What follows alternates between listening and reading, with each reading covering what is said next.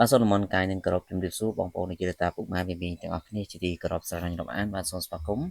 មកកាន់វីដេអូទម្រើឆ្នោតយួនបាទសម្រាប់ថ្ងៃទី21ខែ10ឆ្នាំ2025បាទយល់ថាបងប្អូនសម្រាប់ថ្ងៃនេះផងដែរយើងក៏មានទម្រើលេខដើម្បីជែកជូនទៅកាន់ពុកម៉ែមានទាំងអស់គ្នាសម្រាប់កំសាន្តនិងដើម្បីយកទៅធ្វើការផ្សងសំណាងจากបងប្អូនកុំភ្លេចធ្វើការជួយចុច like ជា share ទាំងអស់គ្នាហើយ comment ហេៗដើម្បីទទួលបាននូវលាភសំណាងបាទអញ្ចឹងបងប្អូនមុននឹងយើងចូលទៅកាន់បាទពុកម៉ែមានកុំភ្លេចធ្វើការត្រៀមប៊ិចត្រៀមក្រដាស់ម្នាក់មួយសន្លឹកដើម្បីធ្វើការកត់ចំណាំបាទអញ្ចឹងពុកម៉ែមាយើងចូលទៅកាន់តម្រុយរបស់យើងតែម្ដងសម្រាប់ថ្ងៃទី21ខែ10ឆ្នាំ2025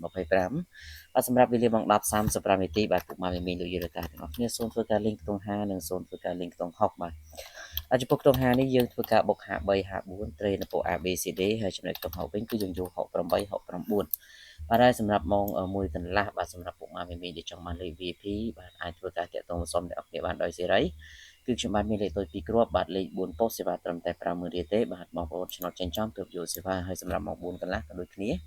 ចំពោះបងប្អូនដែលចង់បានលេខ VIP សូមធ្វើការឆាតចូលពេកទាំងអស់គ្នាបាទសម្រាប់ម៉ោង6:35នាទីវិញបងប្អូនពុកម៉ែមានសូមលេងខ្ទង់0និងខ្ទង់10បាទ0សូមយក04 05ហើយចំណុចខ្ទង់10គឺយើងយក16 17បាទអញ្ចឹងខ្ញុំបាទមានតែប៉ុណ្្នឹងដើម្បីជែកចូលទៅកាន់បងប្អូនហើយសម្រាប់បងប្អូនដែលចង់បានលេខ VIP លេខពិសេសសូមធ្វើការឆាតចូលពេកទាំងអស់គ្នាបាទសូមអរគុណសូមគោរពលាបាទ